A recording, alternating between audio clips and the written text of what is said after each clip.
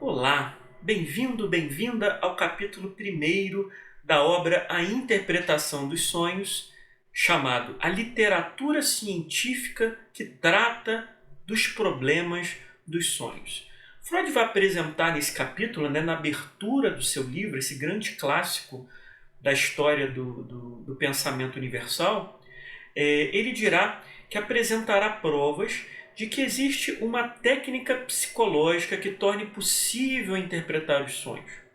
E que quando esse procedimento é empregado, todo sonho se revela como uma estrutura psíquica que tem um sentido e pode ser inserida num ponto designável nas atividades mentais da vida de vigília.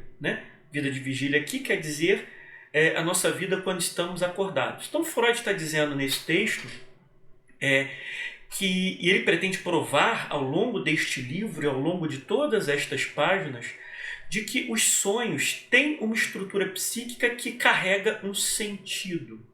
E esse sentido pode ter uma inserção na nossa vida consciente, na nossa vida quando estamos acordados.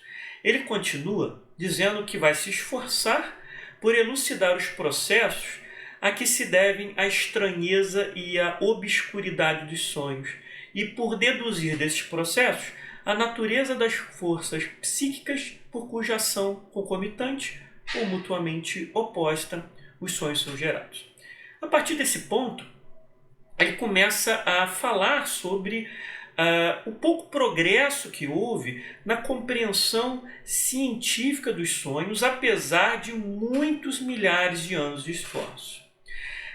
Começando a falar sobre a visão pré-histórica dos sonhos, essa visão pré-histórica ecoou na atitude adotada para com os sonhos pelos povos da chamada Antiguidade Clássica. Eles aceitavam que os sonhos estavam relacionados com o mundo sobrenatural, com o mundo dos seres sobre-humanos nos quais acreditavam, e que os sonhos revelavam mensagens dos deuses e dos demônios. Por via de regra, os sonhos para a Antiguidade Clássica tinham uma finalidade importante, que era predizer o futuro. Aristóteles, o grande filósofo Aristóteles, escreveu 2 obras em que ele fala sobre os sonhos. E ele dirá que os sonhos não são enviados pelos deuses e não são de natureza divina, mas que são, entre aspas, demoníacos, visto que a natureza é, entre aspas, demoníaca e não divina. Os sonhos, para Aristóteles, em outras palavras, não decorrem de manifestações sobrenaturais, mas seguem as leis do espírito humano, embora este, na verdade, tenha afinidade com o divino. Definem-se os sonhos como a atividade mental de quem dorme, na medida em que esteja adormecido. Aristóteles conclui, então, que os sonhos podem muito bem revelar ao médico, por exemplo, os primeiros sinais de alguma alteração corporal que não tenha sido observada na vida acordada, na vida em vigília. Mas antes da época de Aristóteles, os antigos consideravam que os sonhos são não como um produto da mente que sonhava, mas como algo introduzido por uma instância divina. Então, ao indivíduo adormecido eram-lhe dadas mensagens de advertência, de predição do futuro. Mas também haviam outros sonhos, os sonhos vãos e enganosos. Estes sonhos tinham por finalidade desorientar ou destruir o indivíduo. Há uma classificação dos sonhos muito importante, e aqui é citado por Grupp, ele cita uma classificação de sonhos de Macróbio e Artemidoro. E eles eles classificarão os sonhos da seguinte forma. Existiriam, segundo eles, 3 tipos de sonhos. O primeiro tipo de sonho seriam as profecias diretas recebidas no sonho, os oráculos. Segundo, as previsões de algum futuro, as visões. Terceiro, os sonhos simbólicos, ou somnium em grego, somnio oneiros. Oneiros em grego, ou somnios em latim, que seriam os sonhos simbólicos, E esta teoria, atribuída a Macróbio e Artemidoro, persistiu durante muitos séculos. mas em geral esperavam-se importantes consequências dos sonhos, né? Artemidoro de Daudes foi considerado a maior autoridade na interpretação dos sonhos, e ele escreveu uma obra chamada Oneirocrítica, que foi muito importante para se pensar a visão pré-científica dos sonhos.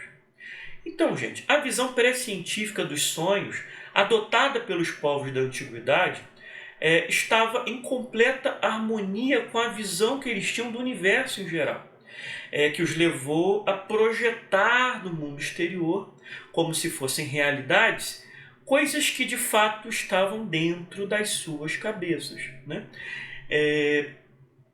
Então, além disso, seu ponto de vista sobre os sonhos levava em conta a principal impressão produzida na mente desperta pela manhã, pelo que resta de um sonho na memória. A impressão de algo estranho, a impressão de que os sonhos advêm de outro mundo e contrastam com os demais conteúdos da mente. Freud dirá também que a autoestima em que é tida a vida onírica, gente, sempre que eu falar onírico, vem do grego, né? É aquilo relacionado aos sonhos, tá? Então, a autoestima que é tida a vida onírica por algumas escolas de filosofia é nitidamente um eco da natureza divina dos sonhos que era incontestada na antiguidade. O fato é que é difícil escrever uma história do estudo científico dos problemas dos sonhos, porque, por mais valioso que tenha sido este estudo em alguns pontos, não se pode traçar nenhuma linha de progresso em qualquer direção específica.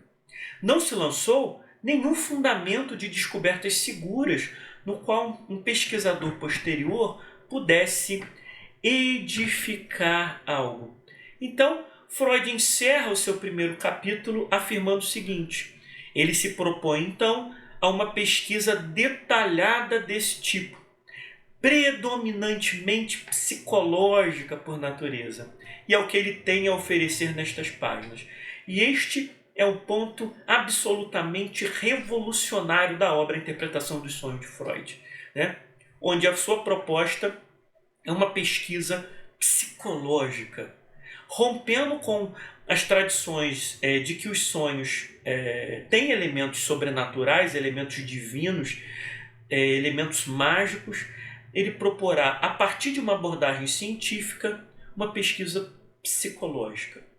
Então, abre-se assim o primeiro capítulo desta majestosa e clássica obra de Freud, A Interpretação dos Sonhos.